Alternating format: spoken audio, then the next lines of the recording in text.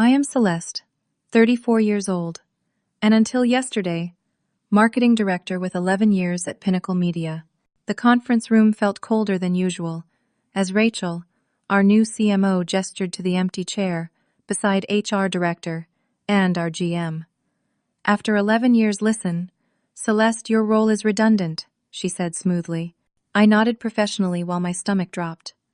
What Rachel never anticipated was that press release she hadn't bothered to review. Before I tell you how I went from being fired to becoming their boss, let me know where you're watching from in the comments and hit that subscribe button if you've ever been underestimated at work. My journey at Pinnacle Media began right after I completed my MBA with a marketing specialization from Northwestern. Fresh-faced and ambitious, I joined as an entry-level marketing coordinator, eager to prove myself in the competitive media landscape. Back then, the company was still growing, finding its footing in digital transformation. I was among the team of young talents brought in to help navigate that change. From day one, I demonstrated a level of dedication that set me apart. While others maintained strict 9-to-5 schedules, I regularly stayed late refining campaigns and analyzing metrics to ensure we maximized every dollar spent. Weekends often found me at my laptop researching industry trends and preparing presentations for Monday meetings. I canceled 3 vacations in my first 2 years when unexpected client needs arose. This wasn't just about impressing management. I genuinely believed in what we were building. Robert Kane, our former CEO, noticed this commitment. He became something of a mentor, stopping by my desk to discuss ideas rather than summoning me to his office. Celeste has that rare combination of creativity and analytical thinking, he once told the board during my first major promotion. Under his leadership, I flourished, moving from coordinator to manager to director in just 6 years. My campaigns gained industry recognition. The Digital Revolution series I conceptualized won 3 national marketing awards and increased our client acquisition rate by 37%. The Community Connection initiative I spearheaded during the economic downturn not only maintained our market share when competitors were losing ground, but actually grew our revenue by 12%, when most companies in our sector were reporting losses. Throughout this time, I built a team that was both highly skilled and fiercely loyal. I didn't achieve success alone. I recruited talented individuals, many from overlooked backgrounds, and created an environment where innovative thinking was rewarded. My team had the lowest turnover rate in the company, and when exit interviews happened, departing employees consistently rated their experience on my team as the highlight of their time at Pinnacle. Everything changed 18 months ago when Pinnacle merged with Vantage Global, a larger competitor with deeper pockets, but as we would discover, a very different corporate culture. Robert took the golden parachute offered to him and left the combined company in the hands of Vantage executives. The integration was positioned as a marriage of equals, but those of us from the Pinnacle side quickly realized we were being absorbed, not partnered with. Rachel Winters arrived 3 months after the merger closed. As the new chief marketing officer from Vantage, she was technically my new boss, though her background was more in corporate communications than comprehensive marketing strategy. Our first meeting seemed cordial enough. She complimented the awards displayed in my office and expressed enthusiasm about working together. "Your institutional knowledge will be invaluable," she said, which in retrospect was my first warning sign. In corporate speak, institutional knowledge often precedes, but we need fresh perspectives. Those fresh perspectives began appearing in my calendar as meeting invitations to which I wasn't included. Decision-making conversations happened without my input, though I would be responsible for implementing the outcomes. When I did attend meetings, Rachel had a particular talent for subtly dismissing my contributions. "That's an interesting perspective, Celeste. Very Pinnacle-minded," she would say with a smile that never reached her eyes, effectively labeling my ideas as outdated. I tried adapting. I studied Vantage's previous campaigns, adjusted my presentation style to match their corporate aesthetic, even adopted their peculiar jargon in strategy documents. Nothing seemed to bridge the growing gap. Still, I persisted, believing that results would speak for themselves. The Horizon partnership was supposed to be my vindication.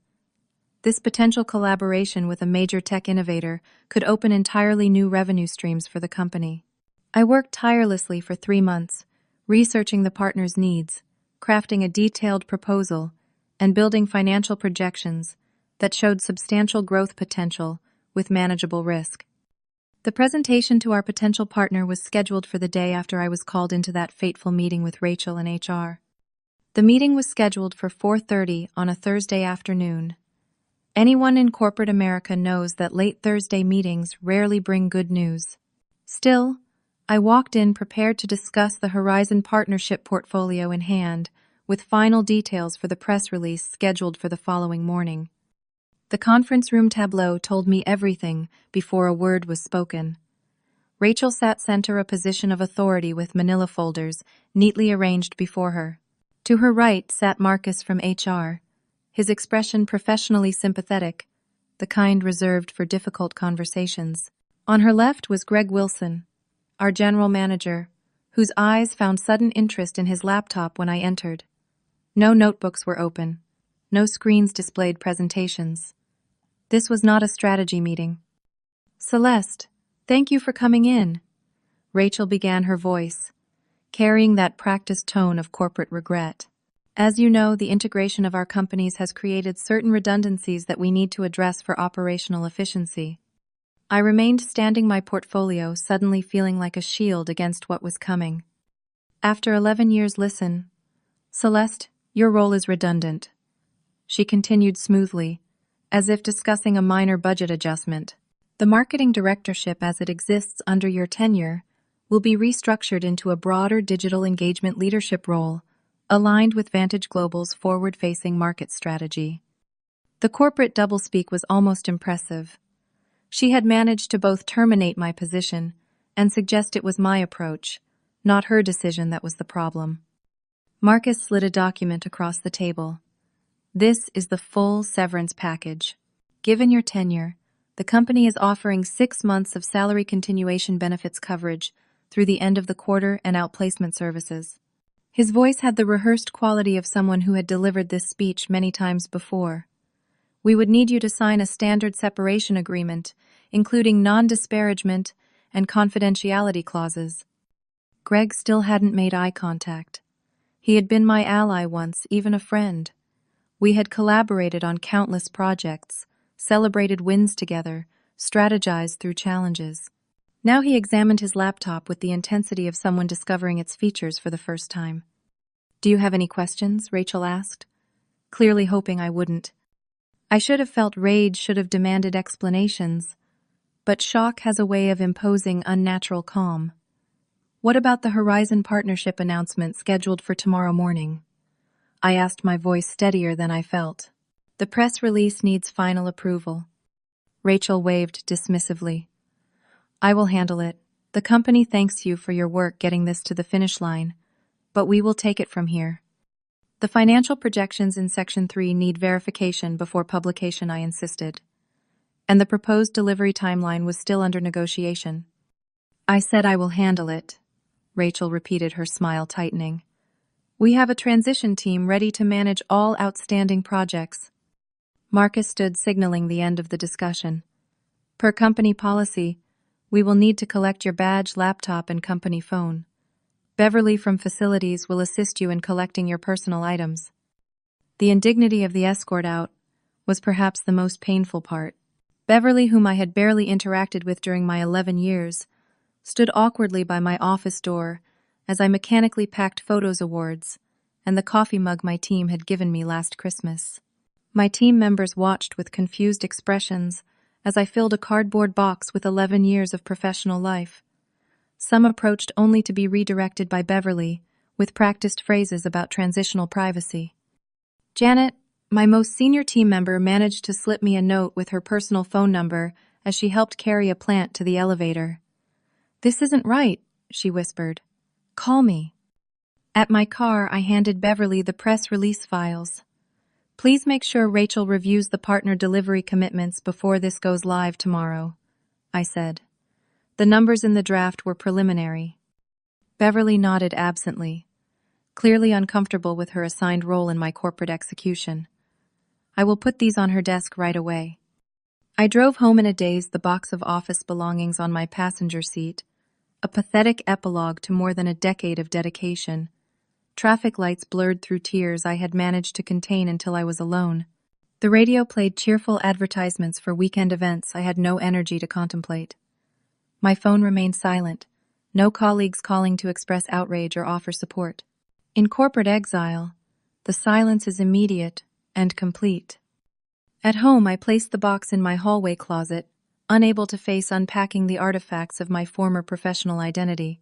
I poured a glass of wine I couldn't taste and sat on my balcony, watching the sunset, trying to comprehend how 11 years of exemplary work could end with 87 seconds of corporate platitudes in a sterile conference room.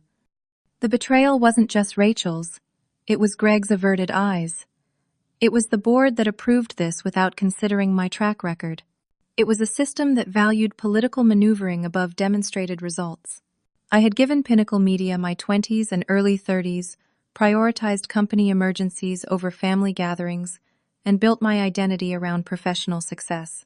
Now I was just another redundancy, an efficiency to be gained, a line item removed from the budget. As darkness fell, I finally allowed myself to fully feel the humiliation, the anger, the loss. I cried until exhaustion overtook me, falling asleep on the couch, still wearing my last outfit as marketing director of Pinnacle Media. Sleep came in fitful bursts, interrupted by dreams of walking into empty conference rooms or finding my office occupied by strangers.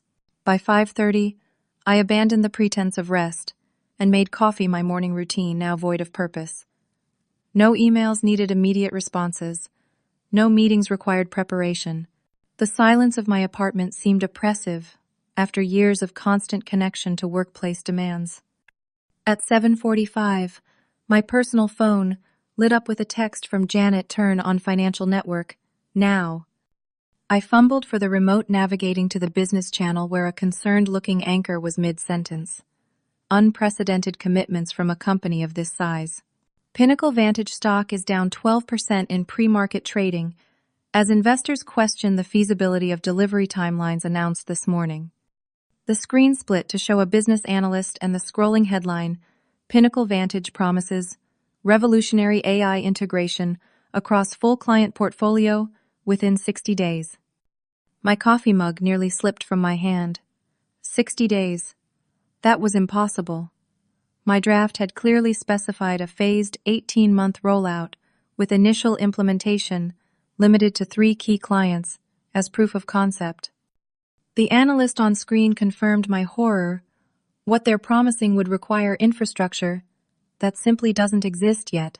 The capital expenditure alone would be staggering, not to mention the technical expertise needed for implementation at this scale. My phone buzzed again with Janet's message. Rachel never reviewed the release. Sent your draft straight to PR with verbal approval. No one caught the preliminary timeline section. It went out unedited at 6 a.m. Cold dread washed over me. I had marked that section in bold red text. Draft, numbers for discussion only, not for publication. The 60-day timeline had been an aspirational best-case scenario.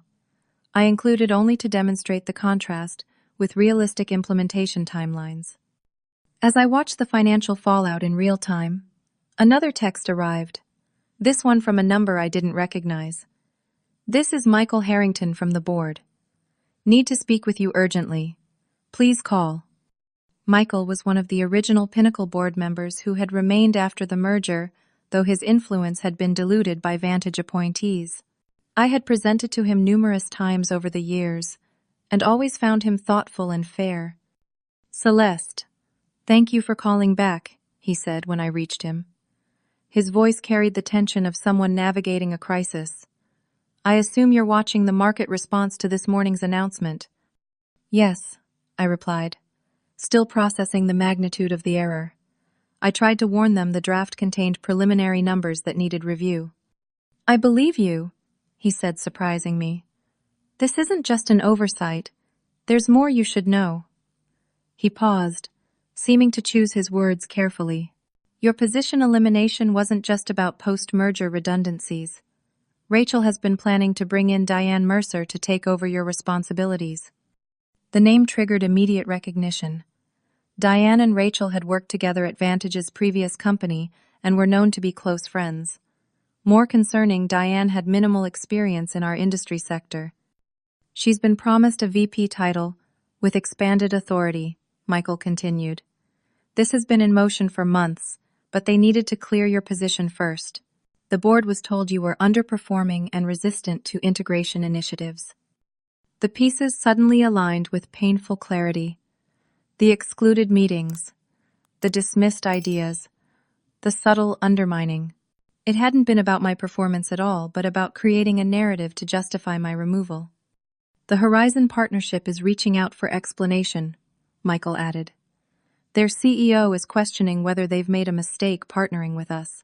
Several of our existing clients are calling their account managers asking if their projects are being deprioritized in favor of this new initiative. As we spoke, my email pinged with notifications from industry connections. Saw the announcement. Call me when you can. Are these timelines for real? Competitors circling your partner already? What is happening over there? This seems reckless. Even in my shock, I felt a complex mix of emotions. There was vindication in seeing the immediate consequences of excluding me from the process I had managed for years. Yet I took no joy in watching the company where I had invested so much of myself stumble so publicly. My team would bear the brunt of this chaos, scrambling to explain commitments they couldn't possibly fulfill. Rachel is blaming the PR department, Michael informed me. She's claiming she never saw the final draft, but 3 people confirm she gave verbal approval to proceed without changes. What happens now? I asked, still trying to grasp my place in this unfolding disaster. The company will issue a clarification by end of day which will only highlight our internal disarray, Michael replied. But longer term, this raises serious questions about leadership decision-making that some of us on the board have been concerned about since the merger. After ending the call, I sat motionless, watching analysts dissect the company's impossible promises in real time. Competitors were already reaching out to Horizon with alternative proposals according to scrolling updates. The stock continued its downward trajectory. Part of me wanted to blast Rachel's incompetence across my professional networks. Another part wanted to contact reporters who were covering the story to provide insider context. But years of corporate discipline held me back from such reactive measures. There were strategic considerations that vengeance didn't account for, including the welfare of my former team and my own professional reputation. Instead, I opened my laptop and began drafting a realistic damage control plan, the kind I would have implemented had I still been there. Not because I owed the company anything, but because sometimes the best response to betrayal is demonstrating exactly what they had foolishly discarded. The rational part of my brain understood that publicly exposing Rachel's negligence might offer momentary satisfaction, but would ultimately damage my professional reputation as much as hers.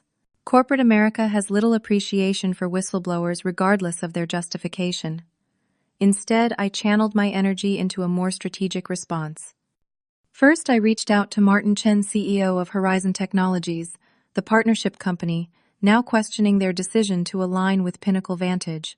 We had built a rapport during the proposal process, and he answered my call, despite the chaos of the day. Celeste, I was wondering if I would hear from you, he said, his tone measured. We have some serious concerns about this morning's announcement. I understand completely, I replied.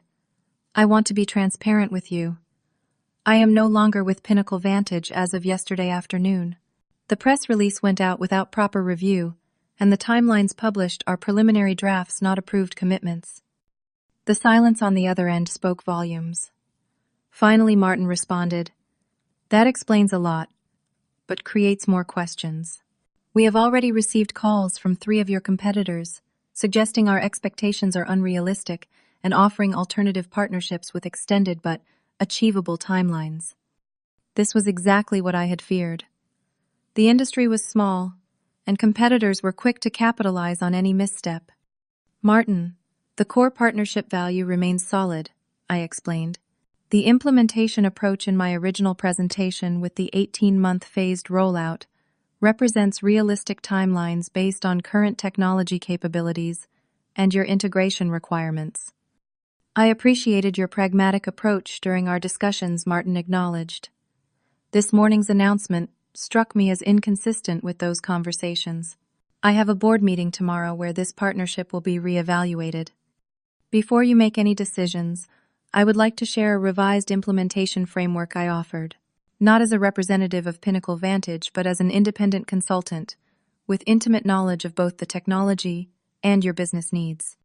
Martin agreed to review my proposal, giving me an opportunity to salvage something from the situation, though not in the way I had originally envisioned. Over the next 48 hours, I worked intensively to create a detailed implementation plan that addressed Horizon's needs while setting realistic expectations. I drew upon industry contacts to validate technical assumptions and refined financial projections based on current market conditions. When I presented this to Martin, his response was better than I could have hoped. This is exactly the kind of thoughtful analysis we were expecting from our partnership. Would you consider consulting directly with Horizon during this transition period? It was the opening I needed. Actually, I am in the process of establishing my own marketing consultancy. I would welcome Horizon as a founding client. Within a week, I had registered Solace Strategic Partners, created a professional website, and secured a small office space. Horizon signed as my first client with a 6-month contract to oversee their marketing integration needs, whether with Pinnacle Vantage or another partner. The industry grapevine worked in my favor. 3 former clients reached out after hearing of my departure, concerned about their ongoing projects at Pinnacle Vantage. Each conversation followed a similar pattern: expressions of shock at my redundancy, concerns about current project management, and eventual inquiries about my availability for consultation. By week 3, I had secured 5 clients and was in discussions with 3 more. My business model specifically addressed the gaps I had observed in large agency services: personalized executive attention, transparent pricing structures, and realistic implementation timelines. I positioned myself not in direct competition with my former employer, but as a specialized alternative for clients requiring high-touch service without corporate bureaucracy. Meanwhile, my former team members began reaching out individually. Janet was the first, meeting me for coffee with updates on the chaotic aftermath at the office. Rachel is in damage control mode, she reported. The clarification statement only raised more questions, and 3 major clients have requested emergency review meetings. She's blaming everyone but herself. How is the team holding up? I asked, genuinely concerned for the people I had mentored. Struggling. No one knows who's in charge of what anymore. Diane started yesterday with a VP title, but keeps asking basic questions about projects that have been running for months. Are you considering other options? I asked carefully, mindful of not appearing to poach staff. Janet didn't hesitate. Several of us are updating our resumes. The environment has become toxic. Rachel demands immediate results, but provides no clear direction. I didn't extend job offers during these conversations, but I did provide industry contacts and references. My goal wasn't to dismantle my former department, but to ensure good people had options in an unstable situation. As weeks turned into months, I refined my business model based on client feedback.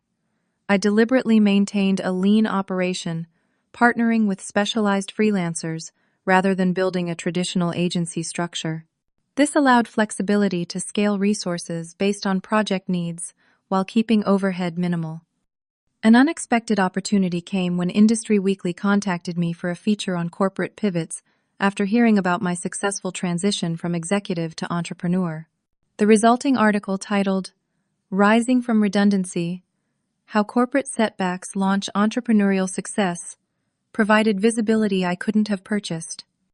I was careful to discuss my new venture without disparaging my former employer, focusing instead on the advantages of agile client-focused consulting in a rapidly evolving market. By the end of my 3rd month of independence, Solace Strategic Partners had established a reputation for excellence in specialized marketing implementation. My client roster included 2 Fortune 500 companies and several high-growth startups. More importantly, I was building a business aligned with my values: honest communication, realistic promises, and exceptional delivery. While I didn't actively track Pinnacle Vantage's continuing struggles, industry news and client conversations kept me informed. The Horizon partnership had been drastically scaled back after the initial announcement fiasco. Their stock had partially recovered, but remained below pre-announcement levels. Most telling was the increasing frequency of calls from former colleagues seeking references as they explored exits from the troubled company. What had begun as a professional catastrophe had transformed into an unexpected opportunity to create something that better reflected my vision and values. The path forward was challenging but entirely mine to define. As I focused on building my consultancy reports from former colleagues, painted an increasingly dire picture of conditions at Pinnacle Vantage. What began as post-merger integration challenges had evolved into systematic dysfunction that threatened the company's market position. Devin, one of my former senior strategists, met me for lunch 6 months after my departure. The Horizon disaster was just the beginning, he confided. Rachel has created a culture of fear, where everyone is afraid to deliver bad news or realistic timelines. How is that affecting actual project delivery? I asked, genuinely concerned for clients I had worked with for years. We've missed delivery dates on 4 major accounts, Devin revealed. Instead of adjusting expectations, Rachel keeps insisting the teams work nights and weekends to catch up, but we're falling further behind because the original commitments were never achievable. The situation with Diane, Rachel's appointed replacement for my role, had deteriorated from inexperience to active mismanagement. She presented a competitor's case study as our work in a client meeting last week, Devin continued. When called out, she blamed the inherited team structure for providing incorrect materials. Client relationships were suffering as a result. Wilson Financial, one of the accounts I had personally nurtured for 7 years, had placed their contract under review. Nationwide, Retail, another long-standing client, had already reduced their engagement by 40%, shifting portions of their work to smaller agencies, including, ironically, my own consultancy, for specific strategic initiatives. The latest quarterly results were disastrous. Michael Harrington informed me during one of our occasional catch-up calls. As my former board ally, he continued providing insights into the company's challenges. Revenue is down 17% year-over-year. Client retention has dropped to 73% from our historical 90+%. Rachel's response to these challenges followed a predictable pattern. First came the reassignment of blame. Account managers weren't communicating properly. Clients had unrealistic expectations. The market was uniquely challenging. When that proved insufficient, she initiated a restructuring that eliminated several senior positions, primarily held by original Pinnacle employees, replacing them with junior staff at lower compensation. The board called an emergency meeting last week, Michael revealed. Rachel presented a recovery plan that promises 30% growth over the next 2 quarters based on a new business development initiative. The projections are completely detached from market realities. Most concerning were the reports about my former marketing team. Of the 12 members I had led, only 4 remained. The rest had found positions elsewhere, taking their institutional knowledge and client relationships with them. Those who stayed did so from necessity rather than loyalty, creating a talent deficit that further compromised service quality.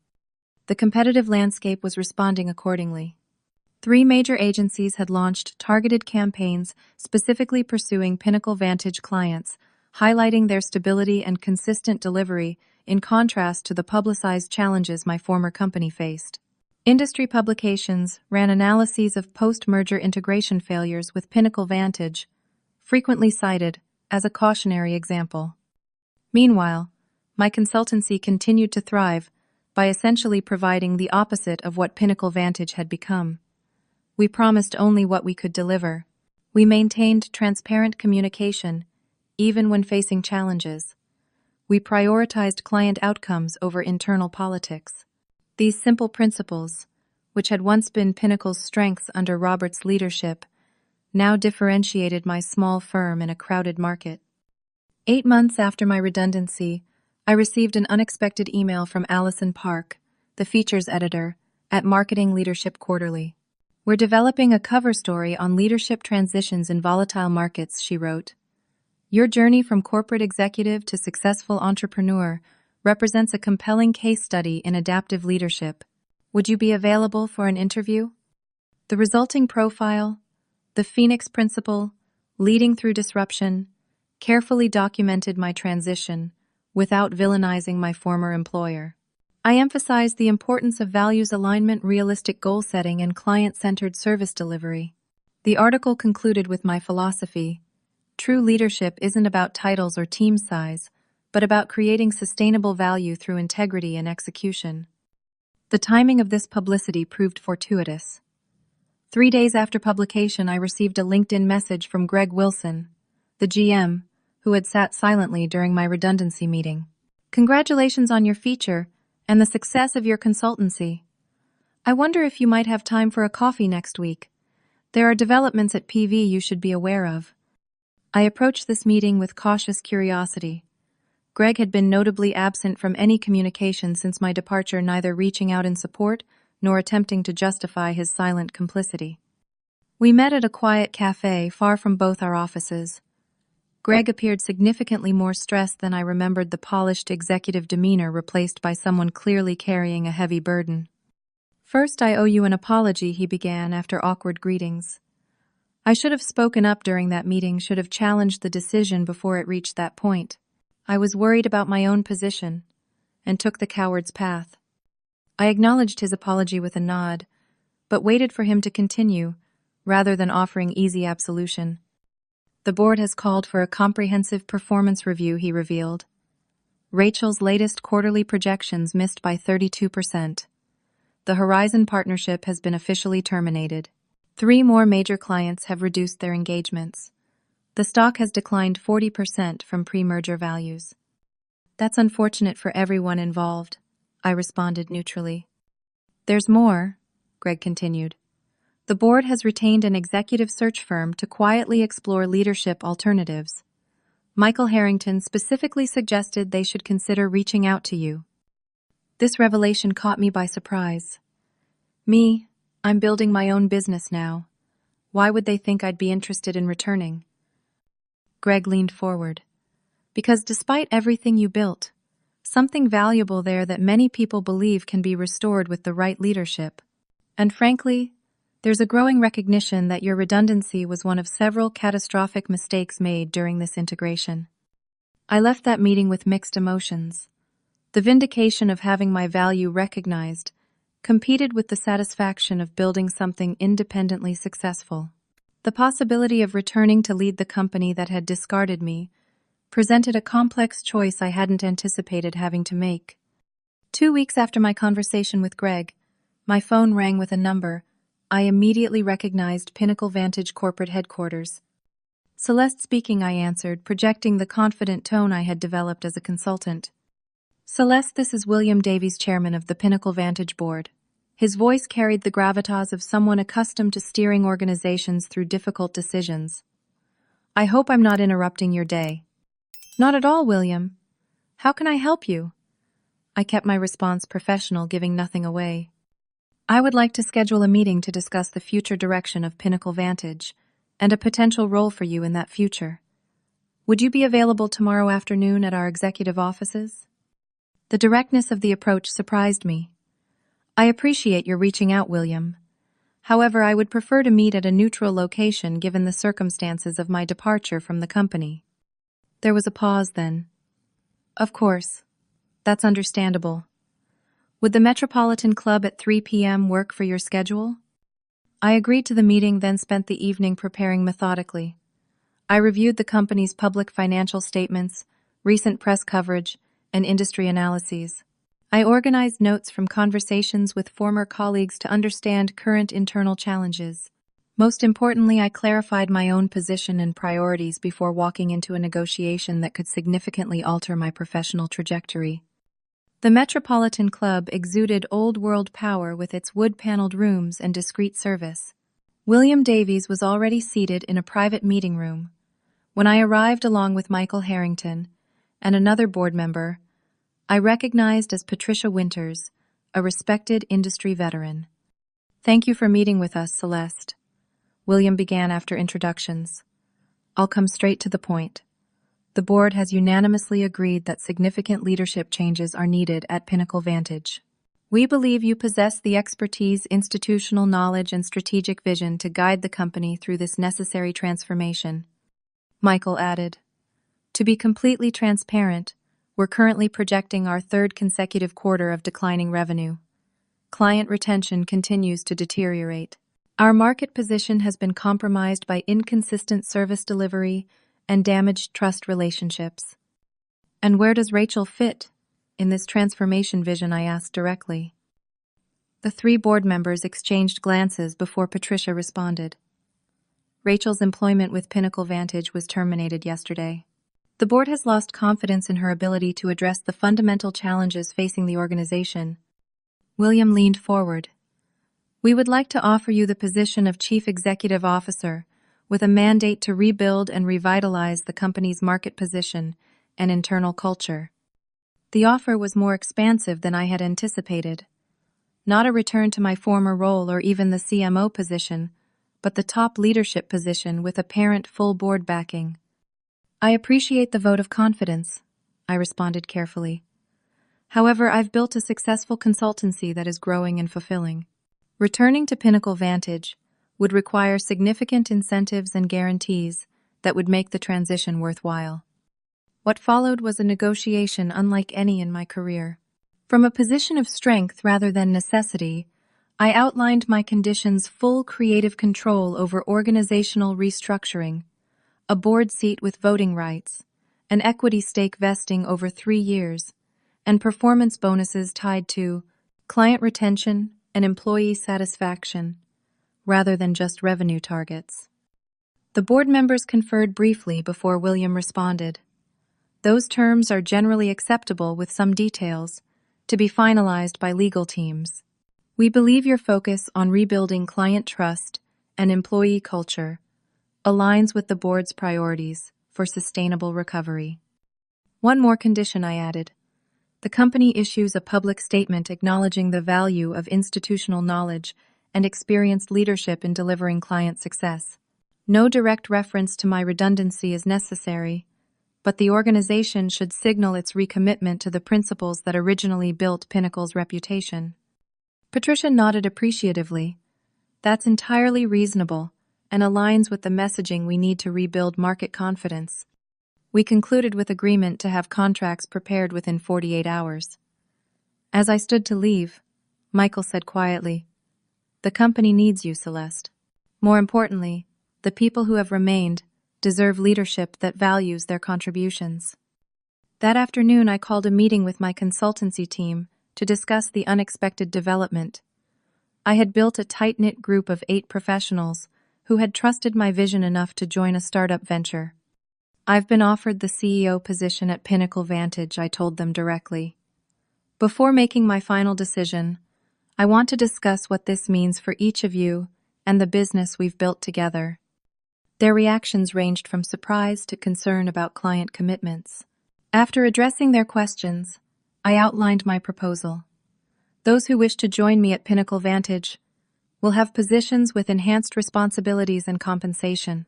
Those who prefer to maintain the consultancy can continue serving our clients with my full support during transition, and I will help secure ongoing leadership. The next 72 hours passed in a whirlwind of contract negotiations, transition planning, and strategic preparation.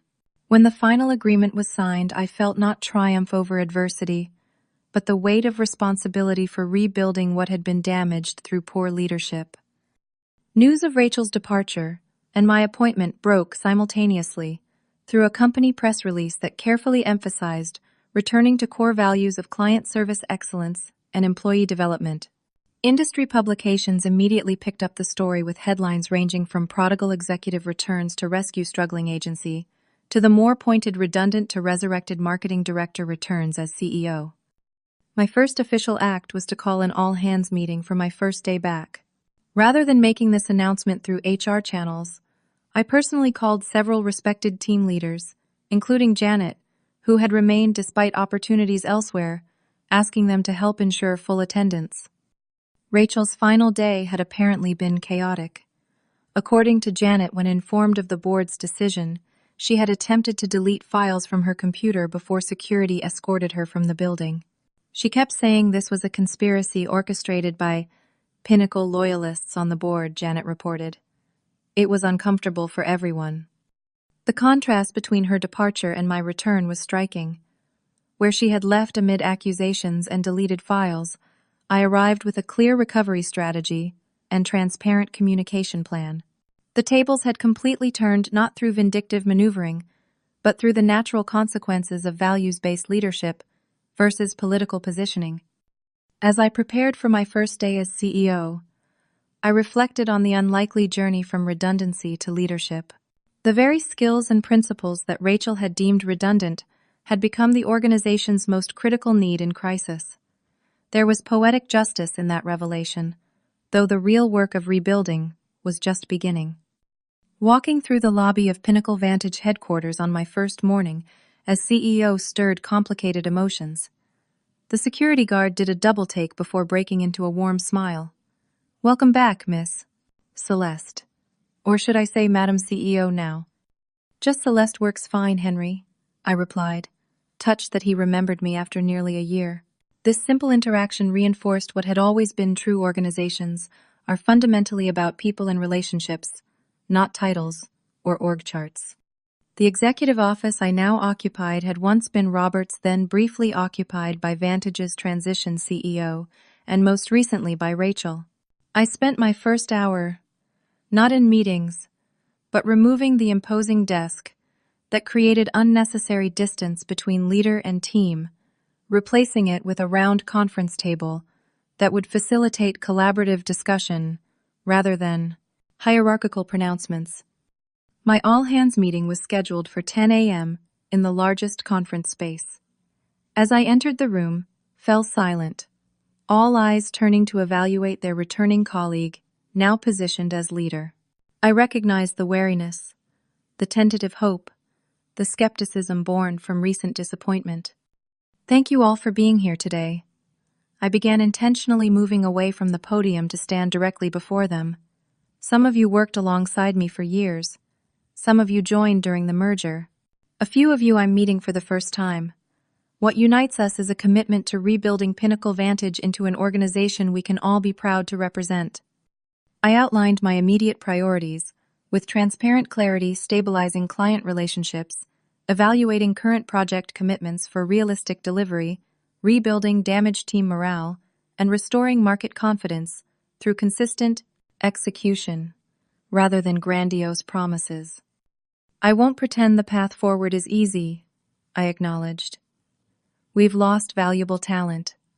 Client trust has been compromised. Our market reputation has suffered. But what remains is a core of dedicated professionals who understand our industry and care about doing meaningful work. That foundation is stronger than any temporary setback." The restructuring that followed was measured and strategic, not the reactive purge that many expected from a returning executive with a score to settle. I evaluated leaders based on demonstrated values and performance, not merger origin or political allegiance. Some Vantage executives who had maintained integrity during the difficult integration period became key allies in the rebuilding process. Several Pinnacle managers who had become cynical or combative were counseled on constructive approaches or transitioned to roles better suited to their current mindset. Reaching out to departed talent became a personal priority. Within the first month, I had conversations with 15 former team members who had left during the tumultuous period. 7 ultimately returned, bringing with them not only their expertise but a renewed appreciation for values-aligned leadership.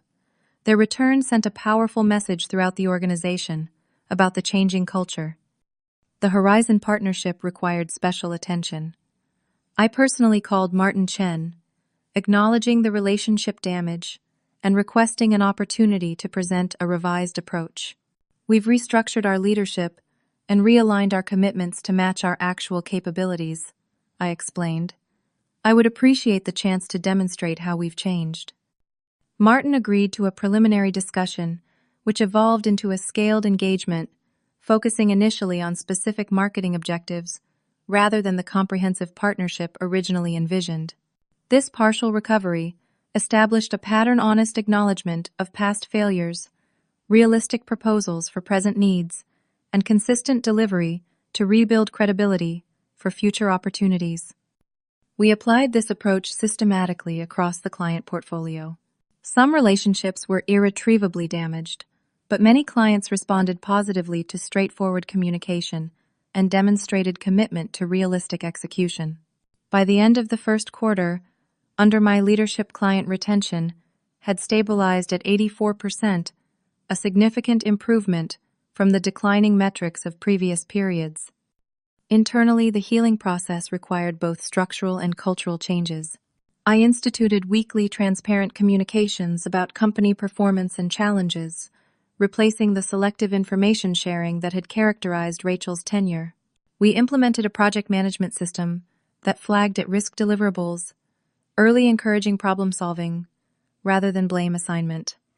Most significantly, we rebalanced the performance evaluation criteria to value collaboration and knowledge sharing alongside individual achievement.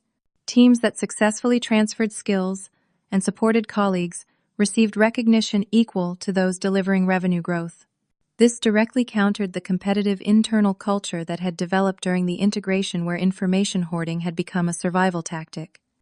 Financial recovery followed more slowly than cultural realignment, but by the end of the second quarter, revenue stabilization was evident, with modest growth in specific service categories where we maintained competitive advantage. The board acknowledged this progress, while understanding that sustainable rebuilding required patience rather than pressure for immediate dramatic results. Throughout this professional reconstruction, I experienced a parallel personal journey of healing and growth. The trauma of sudden redundancy after years of dedication had left deeper emotional scars than I initially recognized. Leading the organization that had once rejected me required processing complex feelings of vindication, lingering hurt, and newfound purpose.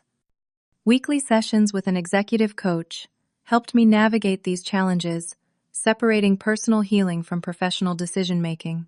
I learned to acknowledge the legitimacy of my emotional responses while preventing them from driving leadership choices that should be based on organizational needs rather than personal history. This personal growth influenced my leadership approach in unexpected ways. Having experienced the devastating impact of abrupt dismissal, I instituted a more humane approach to necessary personnel changes, providing clearer feedback, genuine improvement opportunities, and dignified transitions when positions were eliminated. 1 year after returning as CEO, we held an anniversary gathering that doubled as a celebration of the company's return to profitability. Looking around the room at engaged teams, renewed client relationships, and a leadership group balanced between Pinnacle veterans and Vantage contributors who shared our values, I felt a profound sense of accomplishment beyond mere professional success. Our journey this past year has taught me that organizational resilience isn't about avoiding setbacks I shared in my remarks.